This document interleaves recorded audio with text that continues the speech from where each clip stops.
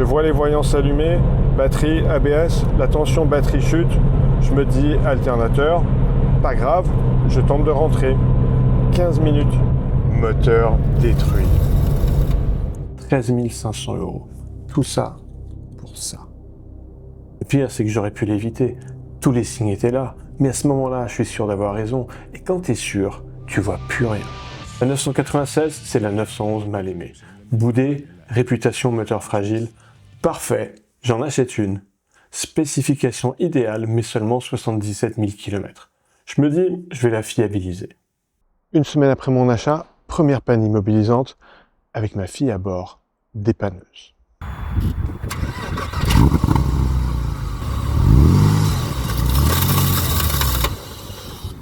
À ce moment-là, tu comprends un truc.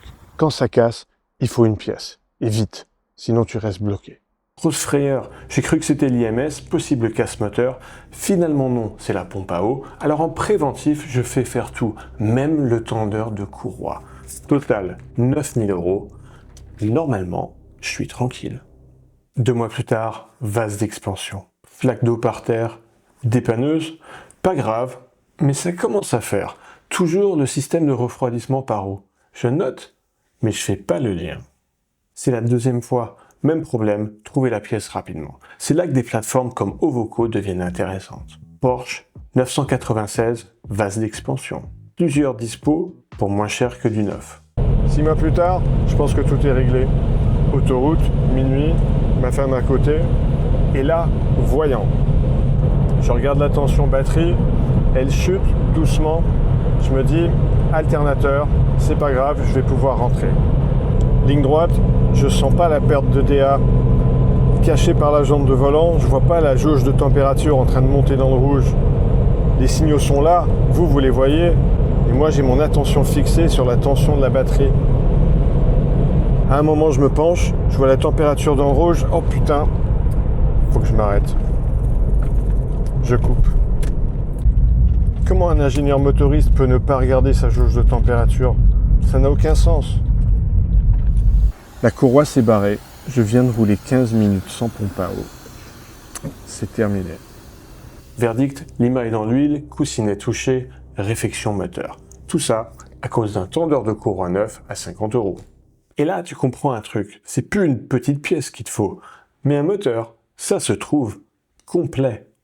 Sur Ovoco, il y en a plusieurs. Tu vois d'où ils viennent, leur kilométrage et toutes les pièces autour. Le lien est dans la description, code 1G pour moins 15% sur la livraison. Et dans une situation comme ça te donne des options.